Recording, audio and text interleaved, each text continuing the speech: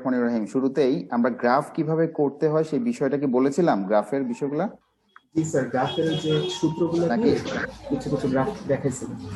আচ্ছা ঠিক স্যার আছে, সব পুরোটা গ্রাফ। দেখানো হয়নি স্যার। আচ্ছা ঠিক আছে, যদি আপনাকে বলা হয় বেগ বনাম সময় গ্রাফ, বেগ বনাম সময়, তাহলে আপনাকে অবশ্যই মাথায় রাখতে হবে বেগটা হবে ওয়াই অক্ষে। যে নামটা শুরুতে থাকে সেটা সবসময় ওয়াই অক্ষে থাকে, যে নামটা শেষে থাকে বেগ বনাম সময় গ্রাফ, অথবা এটাকে আমরা বলতে পারি ভি ভার্সেস টি গ্রাফ, এভাবে বলতে পারি। তার এক্স অক্ষে থাকবে কি সময়, সবসময় মনে রাখবেন ওয়াই এর মানটা ওয়াই অক্ষে যেটা থাকবে সেটা সবার আগে লেখা হয়। এবার আপনি বলবেন স্যার এটা হচ্ছে সমত্বরণের গ্রাফ, কারণ এটা আপনারা জানেন। এটা হচ্ছে সমবেগের গ্রাফ, এটাও আপনারা জানেন। আবার দেখেন এটা হচ্ছে কি সমত্বরণের গ্রাফ, এটা হচ্ছে কি সমবেগের গ্রাফ। আবার হচ্ছে দেখেন এটা হচ্ছে কি সমমন্দনের গ্রাফ। আবার দেখেন এটা সমবেগের গ্রাফ, এটা অসমবেগের গ্রাফ। আমি ইচ্ছে করে একটু বাঁকা করে দিলাম এখান থেকে। এরপর সমবেগ। এরপরে দেখেন এটা হচ্ছে অসমতরণ, সরি আমি ভুল বলছি, অসমতরণের গ্রাফ। এটা হচ্ছে কি দেখেন অসম মন্দনের গ্রাফ। তাহলে ইচ্ছা করে গ্রাফটাকে আমি অনেক দূর বাড়াই লিখলাম একসাথে যাতে সবগুলা চলে আসে। তাহলে আমরা এই বিষয়গুলো এখান থেকে পাচ্ছি। আচ্ছা একটা মিনিট, আপনাদের ক্লাস টিচার ফোন দিয়েছেন। সালাম আলাইকুম স্যার। জি স্যার।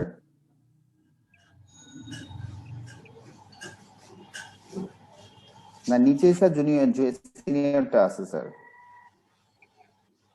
হ্যাঁ মানে ওইটাতে জুনিয়রের 5 দিন পর বলছে সমতরণ। আচ্ছা এগুলো আর লেখার দরকার নেই, এগুলো আপনি জানেন। তাহলে একটা গ্রাফের মধ্যে আমি মোটামুটি সব দেখানোর চেষ্টা করেছি যা যা আছে। এটা একটা গেল। এবার আমরা আরেকটা বিষয় দেখবো, সেটা সরণ বনাম সময় গ্রাফ। সরণ বনাম সময় মানে হচ্ছে এটা হচ্ছে এস, এটা হচ্ছে টি। তাহলে এটা যেটা পাবেন সেটা কি হচ্ছে, কি বলতে পারবেন? সমবেগ। সমবেগ। সমবেগ। ভেরি গুড, এটা সমবেগ। এর পরটা দেখেন তো এটা কি হবে? তার স্যার স্থির। শূন্য বেগ, স্যার স্থির অবস্থা। শূন্য বেগ, তার মানে স্থির অবস্থা মিন করতেছে, মানে এখান থেকে এই সময়টা থেকে শুরু করে এই সময় পর্যন্ত আর কোনো কি হবে না, বেগ থাকবে না, এটা স্থির অবস্থা থাকবে।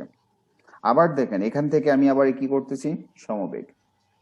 ওকে, এবার এখান থেকে আবার কি হচ্ছে, শূন্য বেগ। এরপরে খেয়াল করেন এখান থেকে আপনি গ্রাফটা এটা পেয়েছেন, এই গ্রাফটা কার হবে? ত্বরণ। অসমবেগ স্যার। অসমবেগ। অসমবেগ, ঠিক আছে। এবার অসমবেগের পরিবর্তনের হার, তাহলে এটা কি হবে?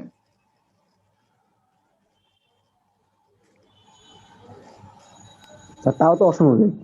Very good, অসমবেগ। কিন্তু অসমবেগ এটা দিলাম, আগেরটা দিলাম কিভাবে, একটু উপর করে দিলাম।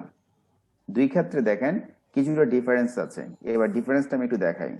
আপনারা প্রমাণ করেছেন V square equal to U square plus 2as।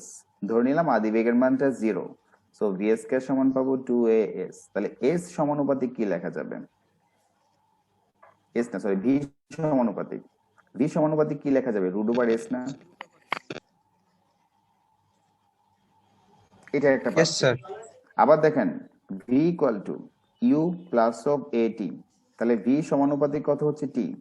তাহলে দেখা সমতরণে যখন থাকবে তখন আমরা স্ট্রেট লাইন পাবো, সমানুপাতিক সম্পর্ক। আর বাকি সব ক্ষেত্রে কি হবে, অসমবেগ হবে, সেটা যেভাবেই হোক অসমবেগ। এবার আমরা এখান থেকে সরণ বনাম যখন আমরা সময়ের গ্রাফটা আঁকবো তখন দেখেন S equal to UT plus half of at square করতেছে। তাহলে দেখেন এস ইকুয়াল টু থাকতেছে হাফ অফ এটি স্কোয়ার। তাহলে এস সমানুপাতিক কি হচ্ছে দেখেন, টি স্কোয়ার।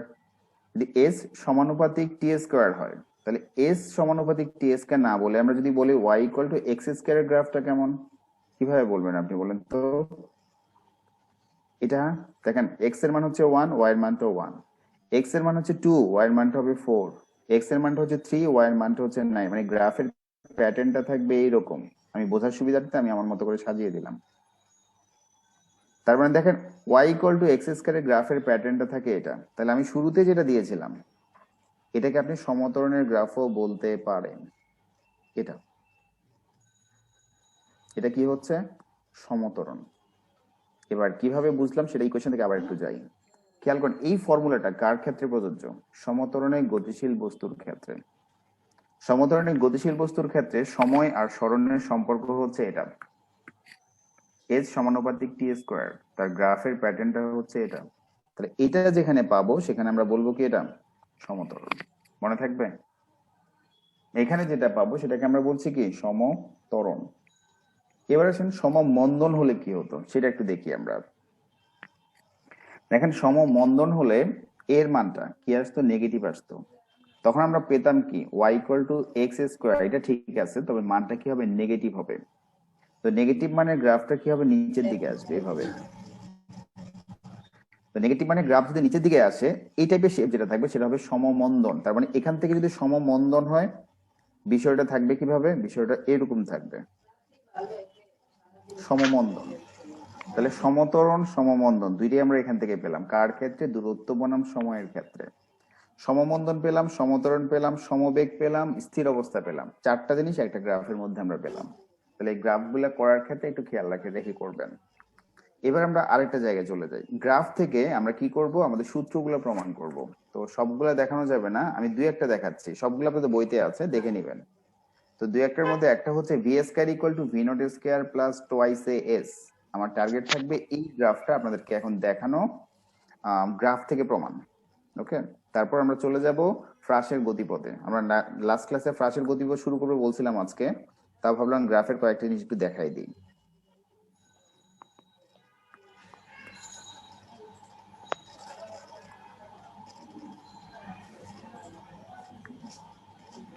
দেখেন, V square equal to V naught square plus twice A S. শুরুতে আমরা Y equal to M X plus of C, এই গ্রাফটা কেমন কেউ বলতে পারবেন? ওয়াই অক্ষকে ছেদ করবে এরকম না, এদিকে হচ্ছে এক্স, এদিকে হচ্ছে ওয়াই, আর এই মানটুকু কত হচ্ছে সি। এবার আমরা আসি অন্য জায়গায়, এটা এটা মনে হয় লাস্ট ক্লাসে বলেছিলাম, যতদূর আমার মনে পড়তেছে আর কি। দেখেন, যদি আমরা V equal to V naught plus এটি গ্রাফ লিখি, খেয়াল করেন এটার সাথে আমি ভি ইকুয়াল টু এটি প্লাস অফ ভি নট, যার সমীকরণটাকে একটু চেঞ্জ করে লিখলাম, তাহলে গ্রাফের প্যাটার্ন কি হবে, একই হবে। এদিকে হচ্ছে কি দেখেন, এদিকে হচ্ছে টি, এদিকে হচ্ছে ভি, গ্রাফের প্যাটার্ন হচ্ছে এটা। আর একটু পর্যন্ত হচ্ছে কি ভি নট। একজনের বাসায় কথা হচ্ছে, সেই সাউন্ডটা আমরা পর্যন্ত শুনতেছি, বিষয়টা ভালো দেখাচ্ছে না। সরি স্যার, আমার যে আনমিউট করা ছিল তো। মিউট করে দেন। দেখেন এই যে ঢালটা পাবেন, সেই ঢালের মানটা কি হবে, ত্বরণের মানটা, সমত্বরণের মানটা পাবেন। তাহলে দেখেন V equal to V naught plus a t, এটার গ্রাফটা হবে এটা। ঠিক সেম টাইপের একটা গ্রাফ আমরা আঁকবো এখন, খেয়াল করি।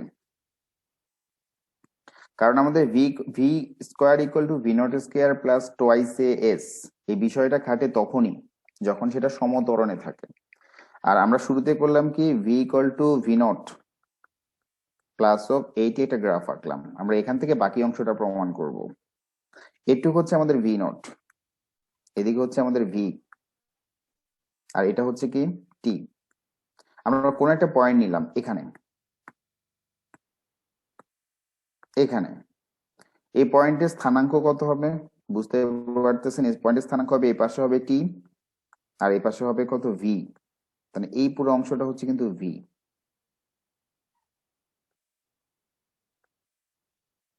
আর এই পুরো অংশ হচ্ছে কত, টি। আমরা এই আইডিয়াটা এখান থেকে পেলাম। এবার খেয়াল করি, যদি আমরা ঢালের কথা বলি, ঢাল হবে কত, থিটা। তাহলে ঢাল হবে, সরি ঢাল হবে থিটা, ঢাল হবে ট্যান থিটা। আর ট্যান থিটার সমান যদি হয়, তাহলে এখানে আমরা থিটা দিয়ে দিই, ট্যান থিটা। তাহলে আমরা বলবো কি ঢাল সেটা হচ্ছে কত, এম। এম সমান কি হয়, অবশ্যই এ হবে সমতরণ, ইকুয়াল টু কি হচ্ছে ট্যান থিটা। ট্যান থিটা সমান কি লেখা যায়, লম্ব। লম্ব হচ্ছে কোন অংশটুকু, তাহলে আমরা নোটেশন গুলো দিতে হবে। এটাকে বলছি আমরা এ বিন্দু, এটাকে বলছি আমরা বি বিন্দু, এটাকে বলছি আমরা সি বিন্দু, এটাকে বলি আমরা ডি বিন্দু, আর এটা যেহেতু মূল বিন্দু এটাকে ও বলি। তাহলে ঢাল সমান সমান আমরা ওই যে যে সমকোণী ত্রিভুজটা উপরে, সেটা সমান লিখতে পারবো বিসি বাই এসি। অবশ্যই আমরা লিখতে পারি। খেয়াল করেন, যদি আমাদের ওডি এর মানটা টি হয়, ওডি অংশটা কি হচ্ছে টি এর সমান, তাহলে আমাদের এসি অংশটা কি হবে, একই মান টি এর সমান হবে। তাহলে আমরা লিখবো কি দেখেন, এসি এর জায়গায় লিখবো টি, টি না লিখে আমরা ওডি লিখে রাখি, তাহলে সুবিধা হবে। আর বিসি এর জায়গায় যা আছে তাই থাকলো বিসি। তাহলে আমরা ত্বরণের একটু বের করে নিলাম, সেটা হচ্ছে কত, বিসি বাই ওডি। এবার আমরা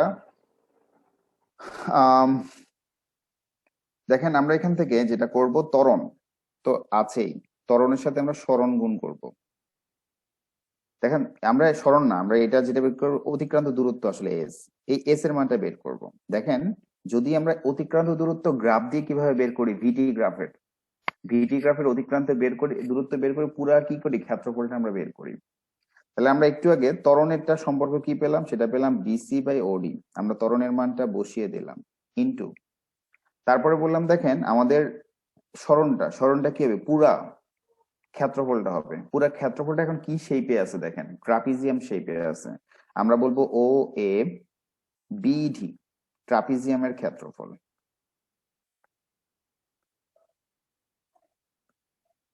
ট্রাপিজিয়ামের ক্ষেত্রফল, তাহলে দেখেন পুরা ক্ষেত্রফলটা দিয়ে আমরা কি পাবো, এটার অতিক্রান্ত দূরত্বের মানটা বের করে নিতে পারবো এটা। আর এটার কি শেপ দাঁড়াচ্ছে, ট্রাপিজিয়াম শেপ দাঁড়াচ্ছে। এবার খেয়াল করি, দেখেন বিসিটা থাক যার যার জায়গায়, আর এখান থেকে পেলাম কত, ও ডি পেলাম। ওকে, যদি তাই হয় তাহলে আমরা এখন লিখবো কি, দেখেন ট্রাপিজিয়ামের ক্ষেত্রফল সমান হচ্ছে হাফ ইন্টু সমান্তরাল দুই বাহুর যোগফল। সমান্তরাল বাহু কি কি আছে, একটা হচ্ছে বিডি আর একটা হচ্ছে কত, ও এ। সমান্তরাল দুই বাহুর যোগফল ইন্টু উচ্চতা, উচ্চতা কত হবে, উচ্চতা হবে দেখেন ওডি। লিখে নিলাম, যা পেলাম ঠিক তাই লিখলাম, একটু বাইরে যাওয়ার চেষ্টা করি নাই। ওডি আর ওডি কাটাকাটি চলে যায়, আর থাকবে কত, দেখেন বিসি থাকতেছে ইন্টু হাফ থাকতেছে, আর থাকতেছে বিডি প্লাস অফ ও এ। ওকে, যা আছে তাই রেখে দিলাম। আবার পাশে যাই, দেখেন এএস ইকুয়াল টু পাচ্ছি কত, বিসিটা দেখতে ভালো লাগতেছে না, বিসি মানে হচ্ছে শুধুমাত্র এ অংশটুকু। এটাকে যদি আমরা পুরোটা নিয়ে লিখি তাহলে লিখতে পারবো বিডি মাইনাস সিডি, অবশ্যই আমরা এটা লিখতে পারি। পাশে কি লিখবো, ইন্টু হাফ, বাকিটা যা আছে তাই রেখে দেব, ইন্টু বিডি প্লাস ও এ। এবার বিডি এটা ঠিক থাক, সিডি এর জায়গায় সিডি না লিখে আমরা ও এ লিখতে পারি, ইন্টু কত হচ্ছে half into BD plus of কত হচ্ছে ও এ। খেয়াল করেন হাফ তো থাকবেই, আমরা এখানে লিখতে পারবো BD square minus O A square, a square minus b square formula হিসেবে আমরা এটা লিখতে পারি। এবার বিডি এর চেহারাটা দেখান, বিডি সমান সমান আমরা কি বলতে পারি, ভি বলতে পারি, ভি স্কোয়ার মাইনাস এও সমান বলতে পারবো কত, ভি নট স্কোয়ার। আর এই পাশে আছে আমাদের এস, টুটাকে আমরা এই পাশে হাফের টুটাকে আমরা এই পাশে পাঠিয়ে দিই, twice as equal to v square minus v naught square. Finally, v square equal to v naught square plus 2as প্রমাণিত। দেখেন আমরা জিওমেট্রিক্যাল প্রসেসে পুরো প্রমাণটা করতে পারি গ্রাফ থেকে। তো এরকম প্রত্যেকটা সূত্র প্রমাণ করা যায়। তো আপনার প্রত্যেকটা সূত্রের প্রমাণই আপনাদের বইতে আছে, আমি এটা প্রসেস দেখিয়ে দিলাম, খুব সহজ প্রসেস। বাকি প্রসেসগুলো আপনারা একটু দেখে নেবেন। s equal to v naught plus at, v equal to v naught plus s equal to v naught t plus half of at square, আর এটা হচ্ছে v equal to v naught plus at। এই যে ইয়াগুলা, এই সবগুলার কিন্তু দেয়া আছে বইতে, কষ্ট করে একটু দেখে নেবেন। আমরা আজকে আমাদের আজকের টপিকে চলে যাচ্ছি, নতুন টপিক, সেটা হচ্ছে আপনাদের জন্য ফ্রাসের গতিপথ। তো ফ্রাসের গতিপথটা আমরা শুরু করব। ক্যাপ্টেন আমাকে একটু সময় সম্পর্কে ধারণা দিবেন, বলেন কয় মিনিট আছে? ক্যাপ্টেন পালাইছে নাকি? স্যার 19 মিনিটের মতো আছে স্যার, হুম, 19 মিনিট। 17-18 মিনিট আছে। ঠিক আছে। তাহলে আমরা লেখচিত্রের সাহায্যে এই সূত্রগুলোর প্রমাণও করতে পারি। লাস্ট ক্লাসে আমরা ক্যালকুলাস পদ্ধতিতে করেছিলাম, আজকে আমরা একটা দেখলাম, বাকিগুলো আপনারা দেখে নিন, আমি আর যাচ্ছি না। আমি আজকে চলে যাব ফ্রাস কাকে বলে, এইখান থেকেই। দেখেন কোন একটা বস্তুকে আনুভূমিকের সাথে তির্যক ভাবে শূন্যে নিক্ষেপ করলে তাকে, তার যে গতিপথটা সেটাকে আমরা বলবো ফ্রাস। ওই যে মেসির ফ্রি কিক গুলা, এক কথা এটা মনে রাখলেই হচ্ছে, মেসি কি করে, একটা বলকে ফ্রি কিক করে, ফ্রি কিকটা এখান থেকে গিয়ে জালে গিয়ে ঢুকে, এই যে গতিপথটা পাচ্ছেন এটাকে আমরা বলছি ফ্রাসের গতিপথ। এবার আপনি বলবেন স্যার ও তো বলগুলা বাঁক নেই এই করে সেই করে, এই বিষয়গুলো আমরা এখন আনবো না, কারণ আমরা এখানে বাতাসের যে বাধাটা সেটা আমরা উপেক্ষা করে এটা ধরে থাকি। ওই বাধাটা আমরা বিশেষ করে এই টপিকটা যখন পড়বো সেটা আমরা নেগলেক্ট করি, বাদ দিয়ে দেই, কারণ এত কিছু আনতে গেলে আমরা করতে পারবো না। তাই তাহলে ও কিন্তু বাতাসে ভাষায় মারে, সেটা হিসেবে আলাদা। তো আমরা বাতাসের বাধা বা বাতাসের বিষয়গুলো ফ্রিকশন গুলো আমরা নিয়ে আসবো না, আমরা ইন জেনারেল বাতাস ছাড়া কি হতো সেটা আমরা দেখবো। তো আমরা ফ্রাসের গতিপথের সংজ্ঞাটা দেখলাম। বলেন। ওকে, উনি কোনো কথা বলবেন না, ঠিক আছে। সরি স্যার, ভুলে মাইকটা অন হয়ে গেছিল। দেখেন, কোন একটা বস্তুকে আনুভূমিকের সাথে তির্যক ভাবে, এই কথাটার মানেটা কি? আনুভূমিকের সাথে তির্যক ভাবে মানে হচ্ছে কোন একটা কোণে আপনি নিক্ষেপ করতেছেন, সেই কোণটাকে আপনি বলতেছেন তির্যক ভাবে। এই কোণটাকে আমি ধরে নিলাম থিটা নট। যে আদিবেগে নিক্ষেপ করতেছেন সেটা হচ্ছে ভি নট। আর আমাদের অ্যাক্সিসটা আমরা এই পর্যন্তই রাখি। এটা যেখান থেকে নিক্ষেপ করতেছেন সেটা হচ্ছে মূল বিন্দু ও।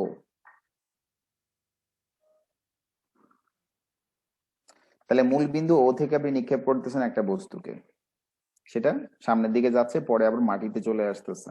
ওকে, এবার আমাদের কিছু শব্দ শিখতে হবে। প্রথম কথা হচ্ছে দেখেন প্রক্ষেপণ বিন্দু, অর্থাৎ আমরা ও বিন্দু থেকে নিক্ষেপ করতেছি, ও বিন্দুটাকে আমরা বলছি কি প্রক্ষেপণ বিন্দু। এটাকে আমরা আরেকভাবে বলতে পারি, সংজ্ঞা হিসেবে বলতে পারি এভাবে, যে বিন্দু থেকে ফ্লাশকে নিক্ষেপ করা হয় তাকে আমরা বলে থাকি প্রক্ষেপণ বিন্দু। এবার আসি আমরা প্রক্ষেপণ বেগ। যে আদিবেগে আমরা বস্তুটাকে নিক্ষেপ করব সেটা হচ্ছে প্রক্ষেপণ বেগ। আপনার শব্দগুলো কিন্তু ম্যাথ করার সময় বিভিন্ন ক্ষেত্রে আসবে, এই জন্য আমি আগে বলে রাখতেছি। তার মানে যে আদিবেগে একটা ফ্লাশকে নিক্ষেপ করা হয় সেটা হচ্ছে প্রক্ষেপণ বেগ। এবার আসি প্রক্ষেপণ কোণ। আমি বলছি তির্যক ভাবে নিক্ষেপ করতে হবে, অর্থাৎ যে কোণে আপনি নিক্ষেপ করবেন সেটা হচ্ছে প্রক্ষেপণ কোণ। অর্থাৎ আনুভূমিকের সাথে যে কোণে ফ্লাশকে উপরের দিকে নিক্ষেপ করা হয় সেটাই হচ্ছে কি প্রক্ষেপণ কোণ। এবার সে পতন বিন্দু, যে বিন্দুতে এসে পড়বে সেটা হচ্ছে কি পতন বিন্দু। আমরা এটা নামটা দিয়ে দিলাম বি বিন্দু। এটা হচ্ছে সর্বোচ্চ উচ্চতা, একদম ম্যাক্সিমাম হাইট, এটাকে বলছি আমরা এ। আসবো, আমরা সবকিছুতে আসবো।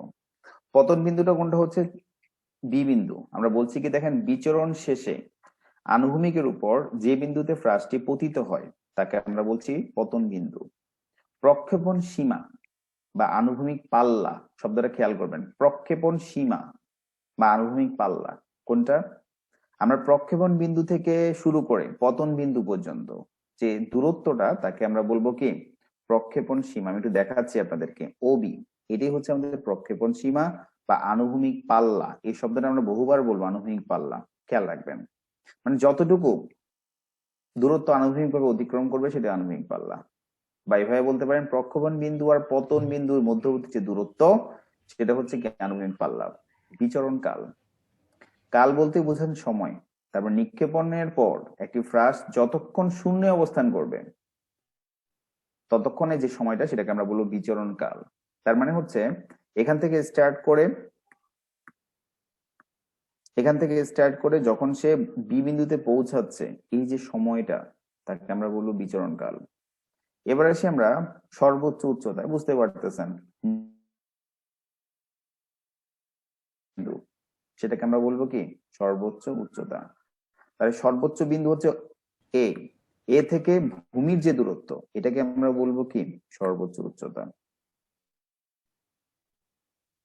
তাহলে সর্বোচ্চ উচ্চতার বিষয়টা আমরা দেখে নিলাম এখান থেকে, এটাকে সি বিন্দু দিয়ে দিতে হলে সি, এটা হচ্ছে সর্বোচ্চ উচ্চতা।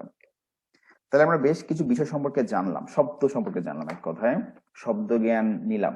এখন আমরা বিস্তারিত বিষয় আসতেছি।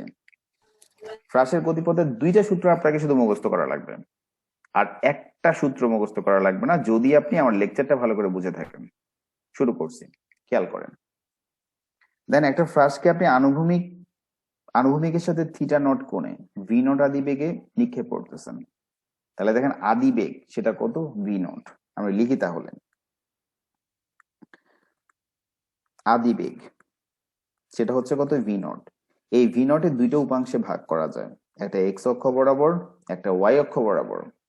এক্স অক্ষ বরাবর যে উপাংশ সেটাকে আমরা বলছি ভি এক্স নট, সেটা কত হবে V naught cos of theta naught. এটা আপনারা জানেন কিভাবে উপাংশে বিভাজিত হয়। V Y naught equal to হচ্ছে কত, V naught sine of theta naught. দেখেন তো জেড অক্ষে ভাগ করা যায় কিনা, সম্ভব না। তার মানে দাঁড়াচ্ছে কি দেখেন, ফ্রাসের গতিপথ দ্বিমাত্রিক। তাহলে আরেকটা বৈশিষ্ট্য পেয়ে গেলেন আপনি, সেটা হচ্ছে কি ফ্রাসের গতিপথ হচ্ছে দ্বিমাত্রিক। এটা আমরা একটা জানলাম। আর একটা খেয়াল করবেন, এটা কি স্ট্রেট লাইন হয় বক্রগতিটা, মানে এই গতিটা কি স্ট্রেট লাইন? মোটেও না, তার মানে এটা একটা বক্রগতি। তাহলে দুইটা বৈশিষ্ট্য আমরা পেয়ে গেলাম। এবার আমরা ত্বরণের কথায় আসি। অভিকর্ষ ত্বরণ, এখানে কাজ করবে অভিকর্ষ ত্বরণ। তো অভিকর্ষ ত্বরণের কারণেই বস্তুটা কোথায় আসবে? নিচে আসবে। এবার খেয়াল করেন ত্বরণটাকে আমরা এ বলি। এর আবার দুইটা উপাংশ থাকবে, একটা এক্স অক্ষ বরাবর, সেটাকে বলবো আমরা এ এক্স, একটা ওয়াই অক্ষ বরাবর, সেটা হচ্ছে আমাদের কত এ ও। খেয়াল করেন ত্বরণটা কোনটা বললাম? ত্বরণ কাজ করবে এখানে অভিকর্ষ ত্বরণ। খুবই ভালো কথা। অভিকর্ষ ত্বরণের দিক কোন দিক হয়? নিচের দিকে। এ ব্যাপারে আশা করি কারো কোনো আপত্তি নাই। অভিকর্ষ ত্বরণের দিক হচ্ছে নিচের দিকে। ভালো কথা। হ্যাঁ, অভিকর্ষ ত্বরণটা কত ডিগ্রি? ধনাত্মক এক্স অক্ষ, এটা হচ্ছে ধনাত্মক ওয়াই অক্ষ। আমরা সব সময় জানি অ্যাঙ্গেল হিসেব করতে হয় সবসময় কি ধনাত্মক এক্স অক্ষের সাথে, সবসময় কি অ্যান্টি ক্লকওয়াইজ। অ্যান্টি ক্লকওয়াইজ হলে কি হয়? ধনাত্মক লেখা যায়। তার মানে ধনাত্মক এক্স অক্ষের সাথে অভিকর্ষ ত্বরণের যে অ্যাঙ্গেলটা, সেটা হচ্ছে 270 ডিগ্রি। তাহলে উপাংশ কি হবে? উপাংশ এ এক্স ইকুয়াল টু হবে g cos of 270 degree. A y সমান কি হবে? G sine of 270 degree. আপনারা বলবেন স্যার দুইটা 270 কেন হলো? খেয়াল করেন, আমরা যদি এখানে কোনো একটা অবস্থান ভেক্টর আর নেই, তাহলে কি করি? এটা যদি থিটা হয়, এটার এক্স অক্ষের উপাংশ লিখি, সেটাও আমরা লিখি সাইন থিটা লিখি। দেখেন থিটা কিন্তু এটাই নিচ্ছি দুই ক্ষেত্রেই। ঠিক সেম ভাবে আমাদের অ্যাঙ্গেলটা পেলাম কত? 270 ডিগ্রি। এখন আমরা বলছি এ এক্স এরটা কি হলো? জি কজ অফ 270 ডিগ্রি। এ ওয়াইটা হচ্ছে কত? জি সাইন অফ 270 ডিগ্রি। ব্যাস। এবার কজ 270 ডিগ্রির মান ক্যালকুলেটর দিয়ে বের করেন, দেখবেন এটা 0 পাবেন। সাইন 270 ডিগ্রির মান বের করেন, দেখবেন একটা -1 পাবেন। তাহলে ফাইনালি থাকতেছে কি? A Y equal two minus জি। ফ্রাসের গতিপথের যে ত্বরণ, সেটার এক্স অক্ষের কোনো মান নাই, বাট ওয়াই অক্ষের মান আছে। তার মানে এখান থেকে একটা শর্ট কোশ্চেনে অ্যান্সার চলে আসতেছে। ফ্রাসের গতিপথ সবসময় কি হয়, সরি ফ্রাসের ত্বরণটা সবসময় একমাত্রিক। এই কোশ্চেনটা পরীক্ষায় আসে। যেহেতু এখানে এ ওয়াই এর মান আছে, এ এক্স এর মানটা আমরা 0 পাচ্ছি, তাহলে আমরা বলবো কি এর ত্বরণ কি হচ্ছে? এক্স অক্ষের দিকে কি একমাত্রিক। সবসময় সমবেগে আগাতে থাকবে? না, এখানে অভিকর্ষ ত্বরণ কাজ করতেছে, আমি বলেছিলাম। ঠিক আছে, অভিকর্ষ ত্বরণের প্রভাবের কারণেই সেটা আবার বি বিন্দুতে মাটিতে এসে পড়তেছে। অভিকর্ষ ত্বরণের কারণে যখন উপরের দিকে উঠতেছিল তার বেগ কমতেছিল। কোন ত্বরণটা অ্যাক্টিভ এখানে? অভিকর্ষ ত্বরণ। হ্যাঁ, ত্বরণ বলছি আমি শুরুতে, অভিকর্ষ ত্বরণ না বলে ত্বরণ। এই ত্বরণটা কয় মাত্রিক হবে? দ্বিমাত্রিক। খুব স্বাভাবিক, কারণ যে কোনো ভেক্টরের আমরা উপাংশে বিভাজিত করতে পারি। এখানে আমরা চেক করে দেখলাম এক্স এর মানটা কত আছে? 0। এ ওয়াই এর মানটা কত আসছে? -জি। কেন? সেই বিষয়টা আমি একটু আগে বললাম। অ্যাঙ্গেল সব সময় আজকে থেকে মনে রাখবেন ধনাত্মক, আপনারা ম্যাথে এগুলো বহুবার করেছেন, ধনাত্মক এক্স অক্ষের সাথে অ্যান্টি ক্লকওয়াইজ হিসেব করা হয়। হ্যাঁ, আপনি বলবেন স্যার আমি যদি ক্লকওয়াইজ হিসেব করি করা যাবে, তখন সেটা -90 ডিগ্রি লিখতে হবে, তাও আপনি একই ভ্যালু পাবেন। তখন আপনি লিখবেন জি কজ অফ -90 ডিগ্রি, দেখবেন 0 পাবেন। আপনাকে লিখতে হবে জি সাইন অফ -90 ডিগ্রি, তখন -1ই পাবেন। ফাইনালি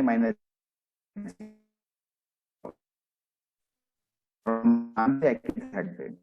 তো আমরা সুবিধা সবসময় কি করি? অ্যান্টি ক্লকওয়াইজ হিসেব করে থাকি। এই ক্ষেত্রে অ্যান্টি ক্লকওয়াইজ হিসেব করার পর পাচ্ছি কত? 270। ফাইন, আমরা লিখে ফেললাম জি কজ অফ 270, পেলাম 0। জি সাইন অফ 270, পেলাম -জি। তার মানে আমরা দেখতেছি একটা অক্ষ তো 0 হয়ে আছে, মানি নাই। এই জন্য আমরা বলতে পারি ফ্রাসের গতিপথটা যদি দ্বিমাত্রিক, বাট এর ত্বরণটা একমাত্রিক। শর্ট কোশ্চেনে পরীক্ষা আসে, খেয়াল রাখবেন। তাহলে আমরা দুইটা কথা দেখে নিলাম। হ্যাঁ, বুঝতে সমস্যা আছে? সমস্যা হলে বলবেন। 5 মিনিটের মতো বাকি আছে, ওই জন্য বললাম। সময়টা তো কম কেন? এবার আমরা স্যার একটা বস্তুটা কোশ্চেন করতাম স্যার। হ্যাঁ হ্যাঁ বলেন বলেন। স্যার নিক্ষেপণ কোণ যদি স্যার আমি 90 ডিগ্রির চেয়ে বেশি অ্যাঙ্গেলে করি তাহলে কি হবে? আপনাকে নিক্ষেপণ কোণ 90-র চাইতে বেশি অ্যাঙ্গেলে করলে আপনাকে ওইভাবে ধরতে হবে। আপনার কথা হচ্ছে যে নিক্ষেপণ কোণটা আপনি এদিকে নিক্ষেপ করবেন, এই তো? এরকমই তো বলতে যাচ্ছেন। হ্যাঁ স্যার, হ্যাঁ স্যার। তখন আপনার স্মরণটা বা সব কিছু কোন দিকে হবে? এদিকে না? মানে বিচরণ কাল, আনুভূমিক দূরত্ব সবই তো আপনি এদিকে হিসাব করবেন। তখন আপনার অ্যাঙ্গেল ধরতে হবে এটা।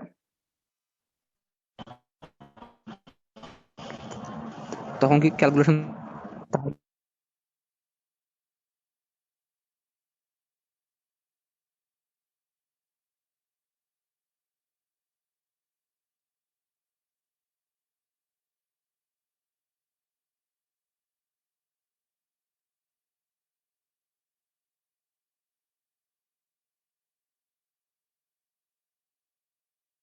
আমরা শুরু করি ভিএক্স এর মান বের করাটা টার্গেট নিয়ে। দেখেন টি সময় পর বেগ, স্যার 2 মিনিট আছে স্যার। আপনারা আবার রিজয়েন করবেন বললে আমি আসবো, নাহলে আসবো না। আর ক্যাপ্টেন একটা স্ক্রিনশট নেন তো, অন্যরা করবে কিনা আর কি আল্লাহ। ক্যাপ্টেন একটা স্ক্রিনশট নেন, আসতে হবে, কারণ আমি আবার নেক্সট ক্লাসে আবার লিখবো নাকি বোর্ডে। স্ক্রিনশট নেন, আবার একটু পরে আবার স্ক্রিনশট নেবেন, দুইটা মিলাবেন কারা কারা বাদ পড়ছেন, কারণ আপনাদের জন্য আমিও ক্লাসটা নিচ্ছি না, নিতাম না। আমি আসবো, আপনারা আসবেন না কেন? দেখেন টি সময় পর বেগ হচ্ছে ভি, আমরা সেটা নিলাম, এটা কোন বিন্দুতে ধরে নিলাম, সেটা পি বিন্দুতে। পি বিন্দুর বেগটা হচ্ছে ভি। ওকে, এই বেগের দুটো উপাংশ, এটা ভিএক্স, এটা ভিওয়াই। আপনার মনে আছে একটা সূত্র আপনারা শিখেছেন, V equal to V naught plus of এটি। এটা জানলে আপনি সব করে ফেলতে পারবেন। এক্স অক্ষ বরাবর যে বেগটা, তার মানটা কি হবে? ভিএক্স। ওয়াই অক্ষ বরাবর যেটা, সেটা কত হচ্ছে? ভিওয়াই। তাহলে ভিএক্স সমান কত লিখবেন? ভিএক্স সমান লিখবেন আপনি v x naught plus a x into t. মানটা বসিয়ে দেন, দেখবেন এখানে পাবেন আপনি v naught cos of theta naught, আর এ এক্স এর মানটা 0, তাহলে এটা লেখার দরকার নাই। এখানে পাচ্ছেন কত? V naught sine of theta, sorry আমি পুরোটা লিখি আগে, v Y naught plus a y into t. তাহলে আপনি কি পাবেন এখান থেকে? V naught sine of theta naught minus g t. আমি শুধু এ ওয়াই এর মানটা বসিয়ে দিয়েছি আর ভি ওয়াই নট এর মান বসিয়ে দিয়েছি। তাহলে ফাইনালি আমরা এখান থেকে কি পেলাম? বেগ দরকার আমার, তাহলে ভি সমান কি হবে? Root over V X square plus V Y square. Calculation করবো, মানে মানটা বসাবো। আমার নাই কেউ আছেন আপনারা? আসি স্যার। জি স্যার। আচ্ছা ঠিক আছে, এখনই মনে হয় শেষ হয়ে যাবে পর্যন্ত। দেখেন আমরা ভিএক্স এর মানটা বের করলাম, ভিওয়াই এর মানটা বের করলাম। এবার আমরা রুটের মধ্যে মানটা রেখে দিই। কত পাচ্ছি? V naught cos of theta naught whole square plus V naught sine of theta naught minus of GT. Sir এই থিটা নটটা স্যার কোন থিটা নট? শুরু আদিবেগ, আদিবেগের যে কোণটা, মানে প্রক্ষেপণ আমরা কোণ। তো স্যার টি সময় পর বেগটা নিচ্ছি না। হ্যাঁ টি তাও সময় পর স্যার বেগ থিটার মান নিচ্ছি। আগে। না, থিটার মানটা তো আমরা আদিবেগের উপাংশ বসাইছি। আপনি দেখেন এই থিটা নটটা কোনটা? আদিবেগের উপাংশ। আদিবেগ যেখানে ছিল সেখানে আমরা বসিয়ে এটা পাইছি, আদিবেগ যেখানে ছিল ওয়াই অক্ষে সেখানে বসাইছি আমরা, তো ওইটাই তো পাবো, খুব স্বাভাবিক। তাহলে তো দেখেন পরে যে উপাংশ বা চেঞ্জ হয়ে যাবে না? ওয়েট, টি একটু সময় পর ধৈর্য যখন ধরেন, এই পি একটু বিন্দুতে ধৈর্য ধরেন। বেগ। আপনি যেই হন না কেন, আমি আপনাকে চিনি না, একটু ধৈর্য ধরেন, আমি আসতেছি, আমার একটু সময় দিতে হবে তো। দেখেন টি সময় পর যে বেগটা, সেই বেগটা পাচ্ছি আমরা এটা। আমরা এটার মধ্যে আসলে বেগের কি পাবো? বেগের মানটা পাবো। এখন ওনার কথা হচ্ছে স্যার আমাকে দিকটা সহ দেখাইতে হবে। অবশ্যই দেখাবো, সে দিকটা হবে কি? এই কোণটা। টি সময় পর বেগের দিক খেয়াল রাখবেন এটা। তাহলে টি সময় পর যে বেগ, সেই বেগের দিকটা আমরা এখন পাবো কিভাবে? ট্যান থিটা সূত্র দিয়ে আমরা লিখবো tan of theta equal to কত হচ্ছে? V Y by V X. এই দুইটা মান বসিয়ে, ভি এর মানটা কিন্তু উপরে আছে উপাংশ, ভি ওয়াই এর মানটাও আছে, ভি এক্স এর মানটাও আছে, এখান থেকে আমরা থিটাটা পাবো। থিটা সমান হচ্ছে কত? Tan inverse V Y by V X. এবার আমরা একটু অন্য কথায় আসি। এত বড় একটা ম্যাথ করলাম বা এত কিছু দেখালাম, আমাদের কোনো কিছু মুখস্থ করা লাগছে? শুধু এই ফর্মুলা তো আপনি জানেনই, এখান থেকে আপনি এটা পাইছেন, আর এটার আলোকে আপনি এটা লিখতে পারেন। এখান থেকে দেখেন আপনি এটা পাইছেন, এটার আলোকে আপনি অবশ্যই এটা লিখতে পারেন। লেখার পর শুধু বেগের এই জায়গায় বসিয়ে দিয়েছেন। তো একটা ভেক্টর রাশির মান কিভাবে বের করা লাগে সেটা আপনারা শিখে এসেছেন। উপাংশ থেকে আপনি কিভাবে লব্ধিটা বের করেন। তাহলে ভি ইকুয়াল টু কত হচ্ছে √(vx² + vy)। ফাইন, আমরা এখান থেকে উপাংশগুলোর মান বসাচ্ছি, দেন আমরা এখান থেকে টোটাল বেগের মানটা বের করে ফেলছি। এটুকুর মধ্যে কারো কোনো কনফিউশন থাকলে বলতে পারেন। আর ওনার কথা ছিল যে স্যার আমরা তো ওই সময় একটা দিক পাবো, সেই দিকটা কিভাবে বের করব? সেটা আমরা পাবো এই vx আর vy এই দুটো উপাংশ থেকে সেই দিকটা আমরা বের করে নিতে পারি। সেটা হচ্ছে কি vy/vx, মানগুলো বসাবো, এখানে যা পাবো সেই আলোকে আমরা থিটার মানটা পেয়ে যাব, অ্যান্সার। তাহলে আমরা এখান থেকে মোটামুটি টি সময় পর বেগ কিভাবে বের করা লাগে সেই প্রসেসটা শিখে নিয়েছি। এবার একটু অন্য কথায় আসি। খেয়াল করেন, টি সময় পর বস্তুটা যে অবস্থানে আছে সেই অবস্থানে স্থানাঙ্ক কত? স্থানাঙ্ককে আমরা ধরে নিচ্ছি এক্স ওয়াই। এই জন্য আমাদের পি বিন্দুটাকে একটু সাজায় লিখতে হবে। আমরা এটাকে লিখি, পি বিন্দু তো আছেই, স্থানাঙ্ক হচ্ছে এক্স কমা ওয়াই। আচ্ছা, এখানে এটা দরকার নেই আপাতত, এটা পরে দিব আমরা। এক্স ওয়াই তার মানে কি দাঁড়াবে? যে মানেটা দেখানোর জন্য একটু অন্য একটা কালার ইউজ করি। খেয়াল করেন, তার মানে হচ্ছে এটা হবে আমাদের ওয়াই আর এই অংশটুকু হবে কত? এক্স। পি বিন্দু স্থানাঙ্ক বের করবো এক্স ওয়াই। ওকে, এই এক্স এর ফর্মুলা ওয়াই এর ফর্মুলা আপনারা আলাদা করে মুখস্থ করেন। আপনি দেখেন মুখস্থ করা মোটেও লাগবে না। দেখেন আপনি অবশ্যই এই সূত্রটা জানেন, s = v0t plus half of at²। এই সূত্রটা আপনি খুব ভালো করে জানেন। এখন যখন আপনি এক্স এর মানটা বের করবেন তখন এটার আলোকে আপনি কি লিখবেন? x = vx0t plus half of ax × t²। দেখেন vx0 এর মান কি ছিল? v0 cos of θ0 into T. আর একটু খেয়াল করেন, আপনি এখানে অলরেডি ax এর মানটা 0 আগেই বলে নিয়েছেন, সো এটা 0 হয়ে যাবে। তাহলে x টা কি পেলেন আপনি? x = পেলেন v0 cos of θ0 into T. আমরা এটা পাচ্ছি। এবার আমি y স্থানাঙ্কটা বের করব একই ফরম্যাটে। আমরা লিখবো y = vy0t plus half of ay into t²। দেখেন vy এর নট এর মান আপনি জানেন, v0 sin of θ0 t minus half of g t²। যেহেতু ay এর মানটা মাইনাস জি, এখানে মাইনাস চলে আসছে, তাহলে আপনি y এর ফর্মুলা পাচ্ছেন এটা। এবার পুরো বিষয়টা একটু খেয়াল করি। আপনার বন্ধুর বাসা হচ্ছে এটা, সে বাসা 3 তলায় থাকে, তার বেডরুমে জানালা হচ্ছে এটা। বন্ধুর সাথে জানালা হচ্ছে আপনার টার্গেট একটাই, বন্ধুর বাসার গ্লাসটা ভাঙবো, থাই গ্লাসটা ভাঙবো। এখান থেকে ঢিল ছুড়লেন, ঢিলটা এসে পড়লো এখানে। এবার আপনি যে বেগে নিক্ষেপ করছেন সেই বেগের মান v0, যে অ্যাঙ্গেলে নিক্ষেপ করছেন সেই অ্যাঙ্গেলের মান θ0। যতটুকু টাইমে এখানে পৌঁছাইছে সেই টাইমটা হচ্ছে t, যতটুকু উচ্চতা সেটা হচ্ছে x, যতটুকু দূরত্ব অতিক্রম করলো সেটা হচ্ছে এটা হচ্ছে x, আর যতটুকু উলম্ব দূরত্ব সেটা হচ্ছে y। আর যেই বেগে গ্লাসে আঘাত করলো সেই বেগের মানটা হচ্ছে v। ওকে, এবার আমরা আসি অন্য কথায়। আর এই বেগের সাথে অবশ্যই সংশ্লিষ্ট একটা অ্যাঙ্গেল থাকবে, ওই বেগের অবস্থানে যে অ্যাঙ্গেলটা সেটা হচ্ছে থিটা। বেগের সাথে সংশ্লিষ্ট এটা খেয়াল করার কথাগুলো। এখানে কয়টা রাশি?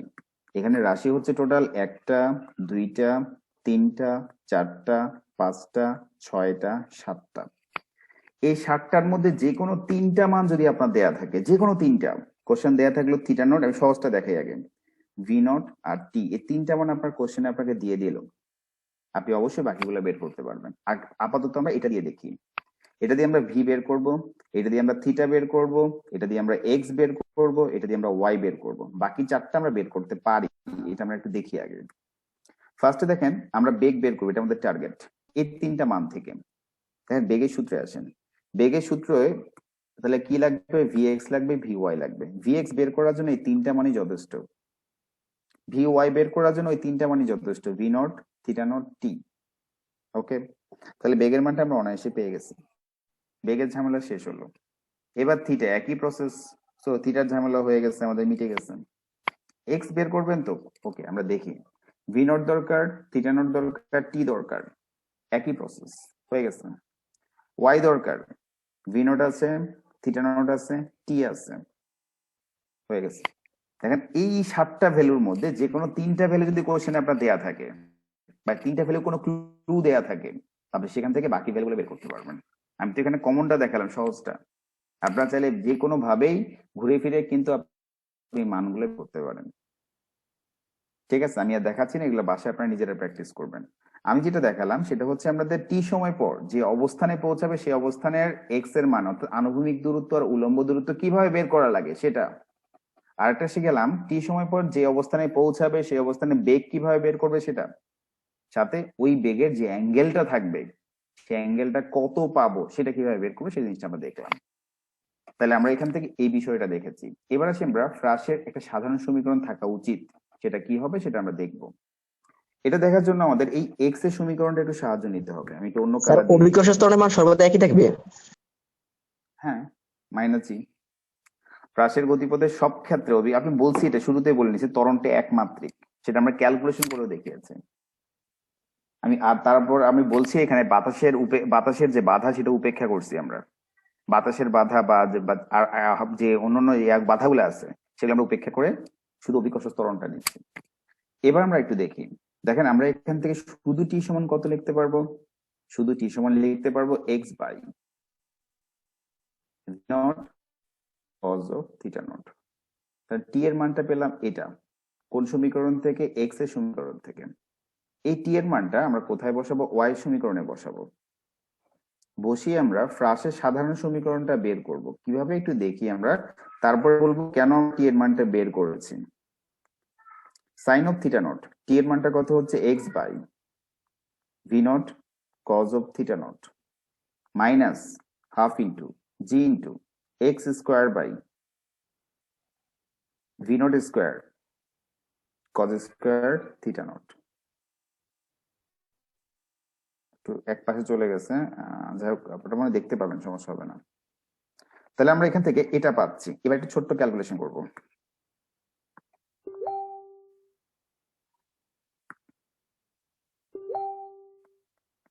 y ইকুয়াল টু, দেখেন এই ভি নট আর এই ভি নট কাটা চলে যাচ্ছে, উপরে আছে সাইন থিটা নট, নিচে আছে কস থিটা নট, লেখা যাবে কত? Tan theta naught into X minus half of B X square by V naught square cos square theta naught. এটি হচ্ছে ফ্রাসের সাধারণ সমীকরণ। ফ্রাসের সাধারণ সমীকরণ সমীকরণ বলে থাকি। একটু খেয়াল করেন আপনারা, সেটা হচ্ছে আপনারা কি লেখেন? X square plus Y square equal to R square. মূল বিন্দু মানে কেন্দ্র হবে মূল বিন্দুতে, এরকম বৃত্তের সমীকরণ হচ্ছে এটা। যদি বলেন আপনারা স্যার সরলরেখার সমীকরণ হচ্ছে a x plus b y equal to c, এটা হচ্ছে সরলরেখার সমীকরণ।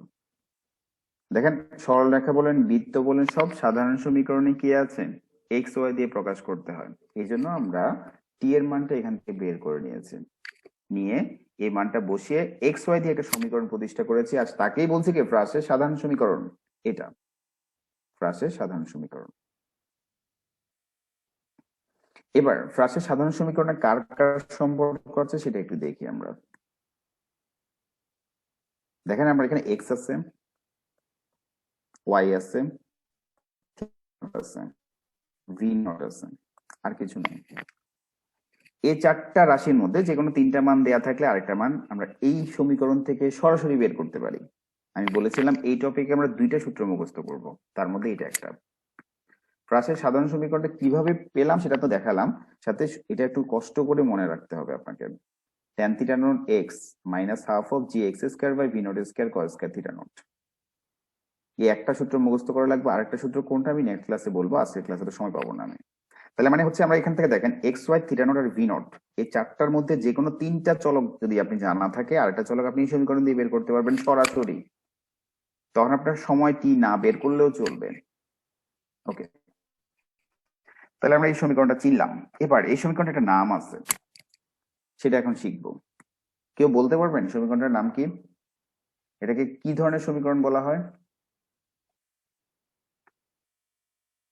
পরাবৃত্ত, অধিবৃত্ত, উপবৃত্ত, কেউ বলতে পারবেন কি ধরনের সমীকরণ এটা? পরাবৃত্ত বা পরাবৃত্তের সমীকরণ। Very good. এবার খেয়াল করেন, আপনারা ছোট্টবেলা থেকে সরলরেখা সমীকরণটা জানেন, ax plus by equal to c, এটা সরলরেখা সমীকরণ। তারপর হচ্ছে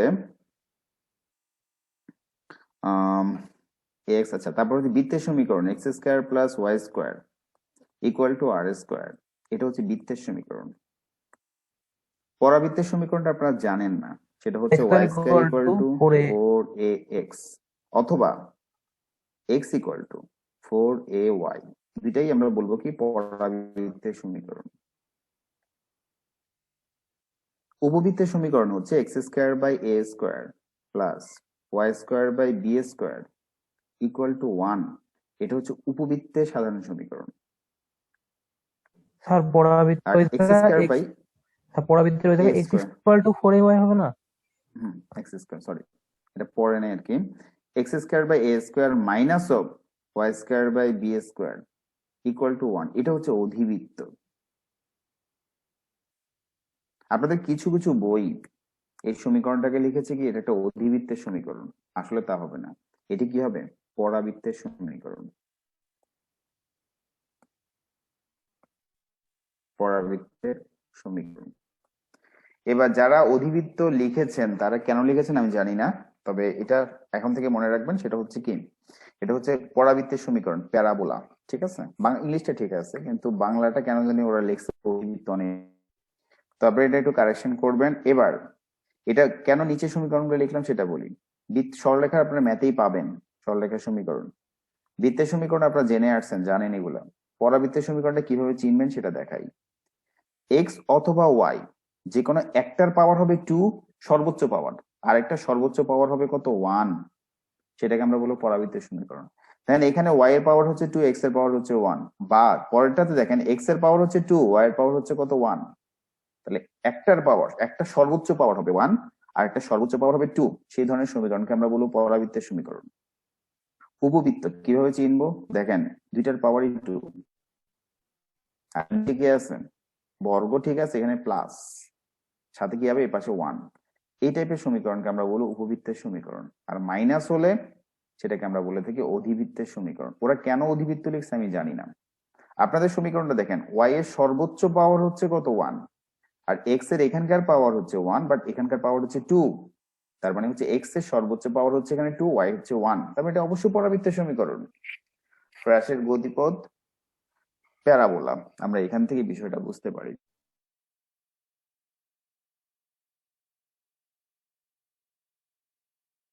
আমরা ক্লাস শেষ করব। কোনো কনফিউশন নাই? ক্লাস ক্যাপ্টেন একটা স্ক্রিনশট নেন, আর লাস্টে এখন যে স্ক্রিনশটটা নেবেন এটাই আজকে উপস্থিত দিন, 37 জন, এটা আপনি গ্রুপে দিবেন। ওকে, যে পদার্থবিজ্ঞান ক্লাসের উপস্থিতি এতজন,